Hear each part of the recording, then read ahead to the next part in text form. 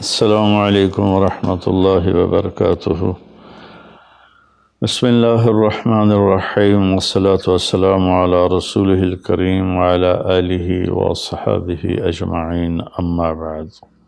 میرے محترم بھائیوں، دوستوں، بزرگوں، بچے بچیاں، 15 شعبان کے بارے میں تھوڑی سی بات کرنی تھی۔ اس رات کے مختلف نام علماء نے رکھے ہیں: شب برات، شب مغفرت، شب رحمت، شب برکت۔ حدیث پاک میں اس کا کوئی نام نہیں ہے۔ حدیث پاک میں ہے لیلۃ نصف من شعبان، آدھے شعبان والی رات، یعنی 15 شعبان کی رات۔ اس میں صرف یہ الفاظ ہیں۔ یہ نام بعد کے علماء نے رکھے، چونکہ اس میں مغفرت ہوتی ہے تو اس کا نام شب مغفرت، اس میں جہنم سے خلاصی ہوتی ہے تو شب براءت، اس میں برکات کا نزول ہوتا ہے تو شب مبارک، اس میں اللہ کی رحمت کا نزول ہوتا ہے تو شب رحمت۔ لیکن لیلۃ نصف من شعبان اس کا نام حدیث پاک میں آتا ہے۔ اس کے بارے میں امت میں 2 طبقے ہیں، دونوں انتہا پر ہیں، جو نامناسب ہے۔ ایک طبقہ ہے جو بالکل اس کی نفی کرتا ہے، رد کرتا ہے اور اس میں شدت اختیار کرتا ہے۔ اختلاف کا اصول ہے کہ اپنی بات پیش کرو، دوسرے کو عزت دو، لیکن اپنی بات پیش کرتے ہوئے روڈ ہو جانا، ریش ہو جانا اور دوسروں کی بے عزتی کرنا، یہ اللہ کو ناپسند ہے۔ یہ اللہ کی بارگاہ میں انتہائی ناپسند چیز ہے۔ تو اس کی بالکل نفی کرتے ہیں کہ کچھ بھی نہیں ہے۔ ایک طبقہ ہمارے ہاں ہے جنہوں نے کیا کچھ اس میں ڈال دیا ہے، یہ بھی بالکل غلط ہے، یہ بھی نہیں ہونا چاہیے۔ جو اعتدال کی بات ہے میں آپ کے سامنے پیش کر دیتا ہوں۔ اللہ کے فضل و کرم سے یہ اعتدال والی ہے، یعنی نہ شدت ہے نہ وہ بدعت ہے، درمیان کی چیز ہے۔ امید ہے صحیح ہوگی۔ اس رات کی فضیلت کو 10 صحابہ نے روایت کیا ہے، جس سے ابو بکر رضی اللہ عنہ بھی ہیں، حضرت عائشہ رضی اللہ تعالیٰ عنہا بھی ہیں، لیکن یہ ساری حدیثیں ضعیف ہیں۔ ضعیف حدیث سے کوئی حکم ثابت نہیں ہوتا۔ لیکن ابن العثیمین رحمۃ اللہ علیہ چند سال پہلے سعودیہ کے بہت بڑے محدث بھی تھے، مفسر بھی تھے، فقیہ بھی تھے اور بہت بڑے عالم تھے۔ انہوں نے لکھا ہے کہ 10 حدیثیں ضعیف جب اکٹھی ہو جاتی ہیں تو وہ حسن کا درجہ حاصل کر لیتی ہیں۔ حسن لغیر ایک ٹرم ہے محدثین کی کہ وہ قابل قبول ہو جاتی ہیں اور اس کو فضائل میں قبول سمجھا جاتا ہے، حجت سمجھا جاتا ہے۔ عمل کے ثبوت کے لیے، عبادت کے ثبوت کے لیے، عقیدہ کے ثبوت کے لیے صحیح حدیث کے بغیر کوئی حدیث بھی قبول نہیں ہے۔ تو اس لیے 10 حدیثوں ضعیف کا جمع ہو کر اس کی فضیلت کا بولنا اس کے اندر کچھ نہ کچھ رکھتا ہے۔ اور فضیلت جو اللہ کے نبی نے ارشاد فرمائی کہ 15 شعبان کی رات کو حضرت عائشہ فرماتی ہیں میں اٹھی تو آپ بستر پر نہیں تھے، تو میں ڈھونڈنے نکلی تو آپ جنت البقیع میں پہنچے ہوئے تھے۔ تو آپ نے دیکھ کر کہا عائشہ تو کیا سمجھتی ہے کہ اللہ اس کا رسول تمہارے ساتھ خیانت کریں گے؟ میں تو بقیع والوں کے لیے آیا تھا دعا کرنے۔ پھر آپ نے فرمایا آج کی رات وہ رات ہے جس میں اللہ تبارک و تعالی بنو کلب ایک قبیلہ ہے جن کے پاس بھیڑ بکریاں بہت زیادہ تھیں، کہا عائشہ جتنی بنو کلب کی بھیڑ بکریوں کے جسم پر بال ہیں ان بالوں کی تعداد کے برابر اللہ تعالیٰ اپنے بندوں کو مغفرت فرماتا ہے، جہنم سے خلاصی فرماتا ہے۔ اس پر شب برات اور شب مغفرت علماء نے اس کا نام رکھا، میرے نبی کی زبان سے یہ نام نہیں نکلا۔ تو اس کی یہ فضیلت ہے کہ اس میں اللہ تعالیٰ کی طرف سے بخشش کا نزول ہوتا ہے۔ باقی یہ جو کہتے ہیں کہ اس میں فرشتہ اترتا ہے اور سارے سال کا بجٹ بتاتا ہے اور سارے سال کے واقعات، یہ کسی حدیث میں میری نظر سے نہیں گزرا۔ سورہ دخان میں فیہا یفرق کل امر حکیم کا جو آیت آتی ہے، تو اس سے پہلے کی آیت شب برات کی نفی کرتی ہے، انا انزلناہ فی لیلۃ مبارکۃ، کہ ہم نے اس سے مبارک رات میں اتارا قرآن پاک۔ تو قرآن پاک تو لیلۃ القدر میں اترا ہے، تو اگر کوئی کسی قسم کے اعلانات ہوتے ہیں تو پھر شب قدر میں ہوتے ہیں، اس رات میں نہیں ہوتے۔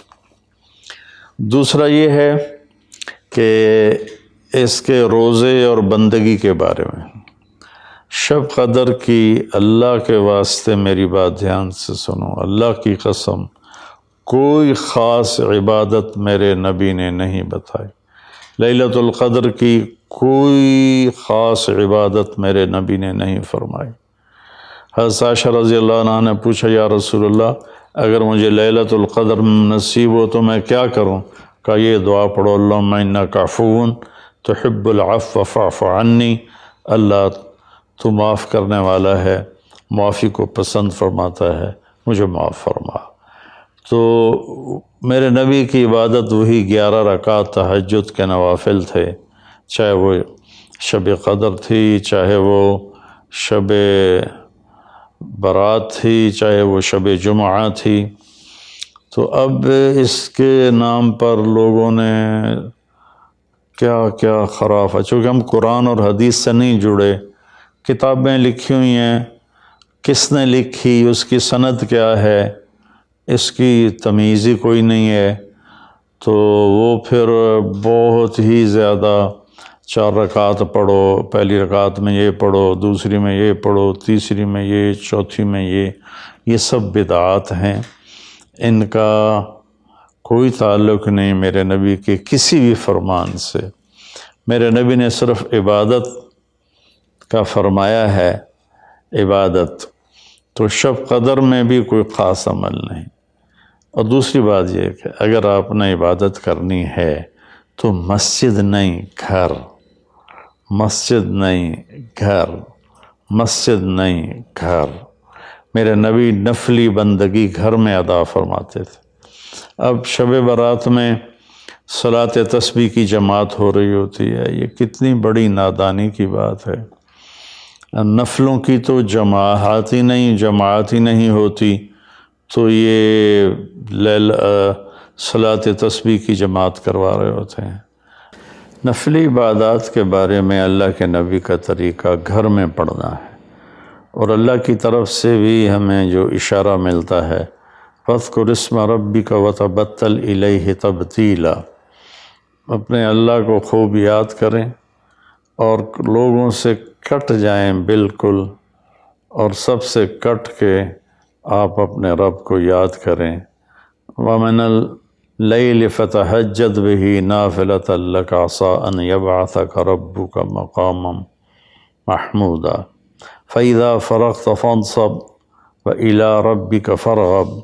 ان ساری آیات کا خلاصہ یہ بنتا ہے کہ نفلی عبادات سنتیں بھی ہوں گھر میں پڑھو، اور خاص طور پر جو ایسی راتوں کی عبادت ہوتی ہے، مسجدوں میں اکٹھے ہونا اور اس رات میں جھنڈیاں لگانا، پھر آتش بازی کرنا، یہ آتش بازی تو بالکل ہی اسراف ہے اور خرافات ہے۔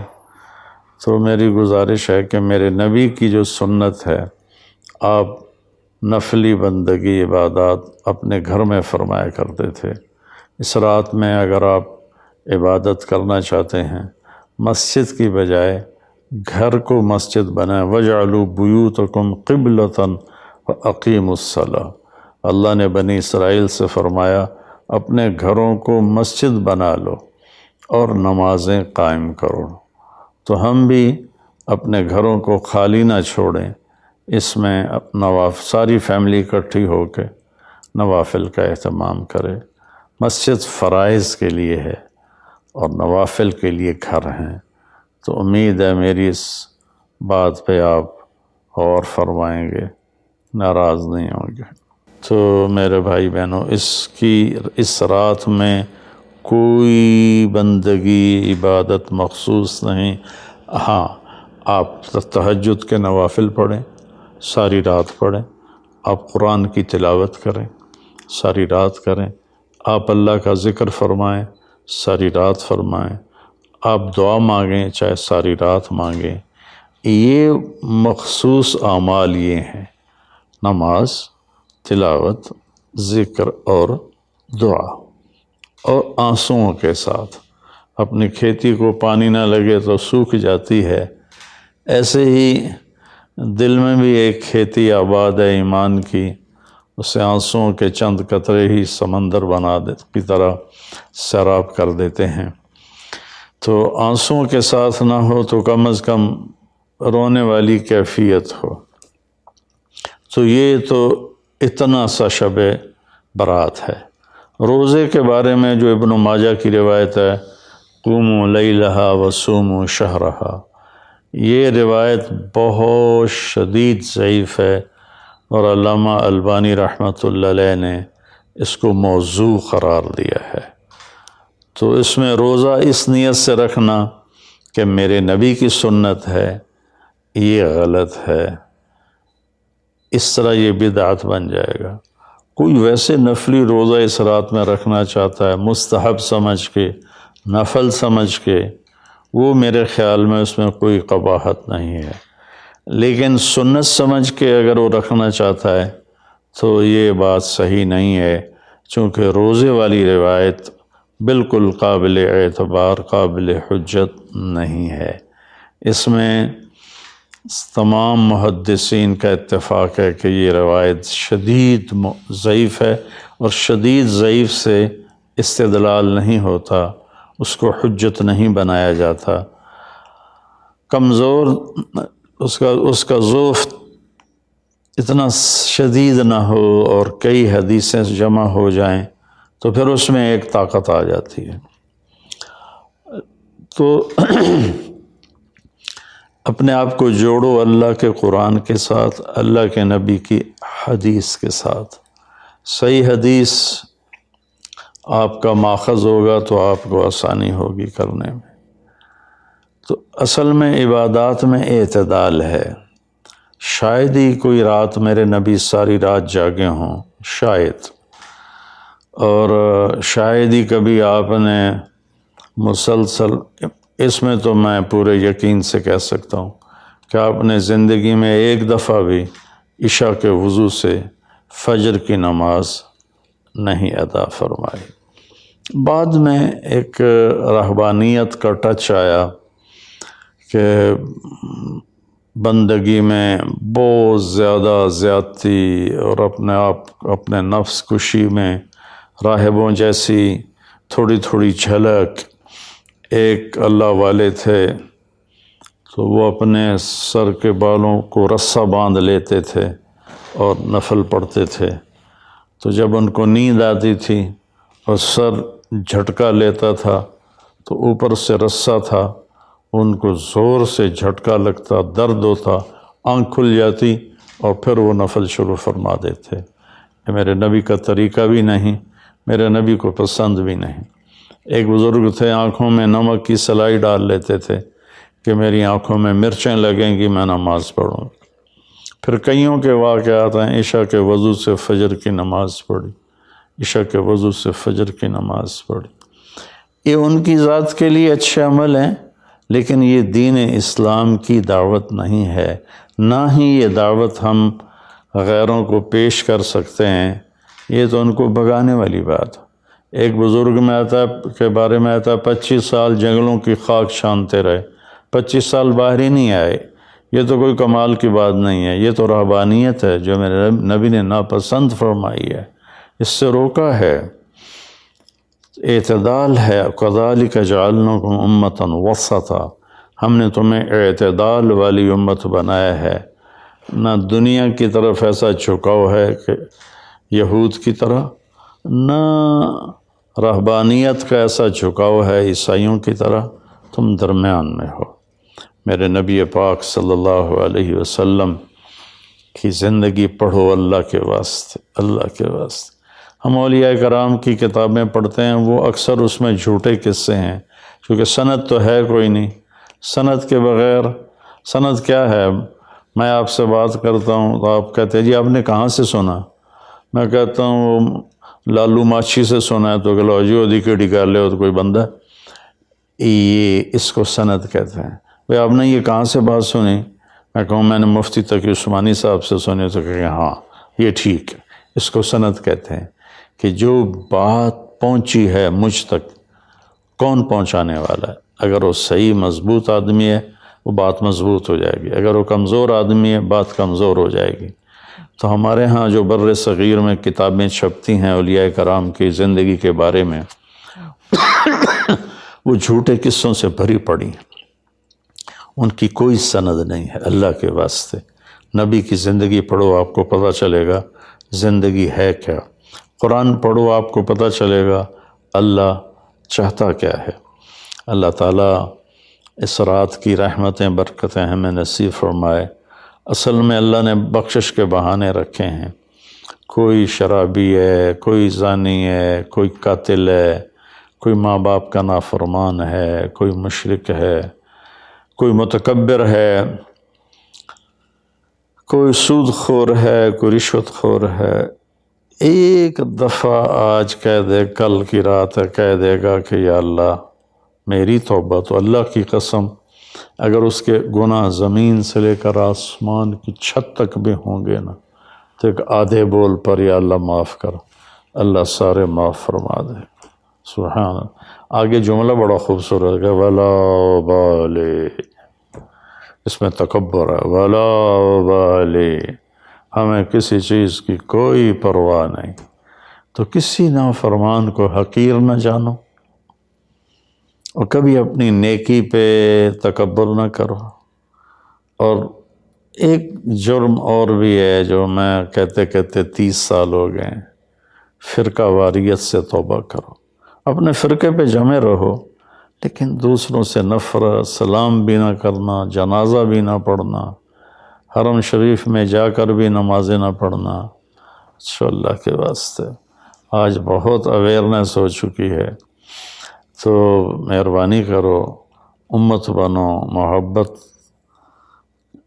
کرو، ایک دوسرے سے ملو جلو، ہم امت بن کے چلیں۔ اختلاف رائے کے فیصلے آخرت میں ہو جائیں گے۔ قل کل یعمل علی شاکلتہ فربکم اعلم بمن هو اہدی سبیلا۔ ایسے اس میں جو دیگیں چڑھائی جاتی ہیں، خیرات کی جاتی ہے، یہ بھی بدعت، سنت سمجھ کے کوئی کرے گا تو بدعت ہے، ویسے فی سبیل اللہ کوئی دیگ کرنا چاہتا ہے تو ٹھیک ہے۔ اللہ تعالی ہمیں عمل کی توفیق بخشے۔ السلام علیکم۔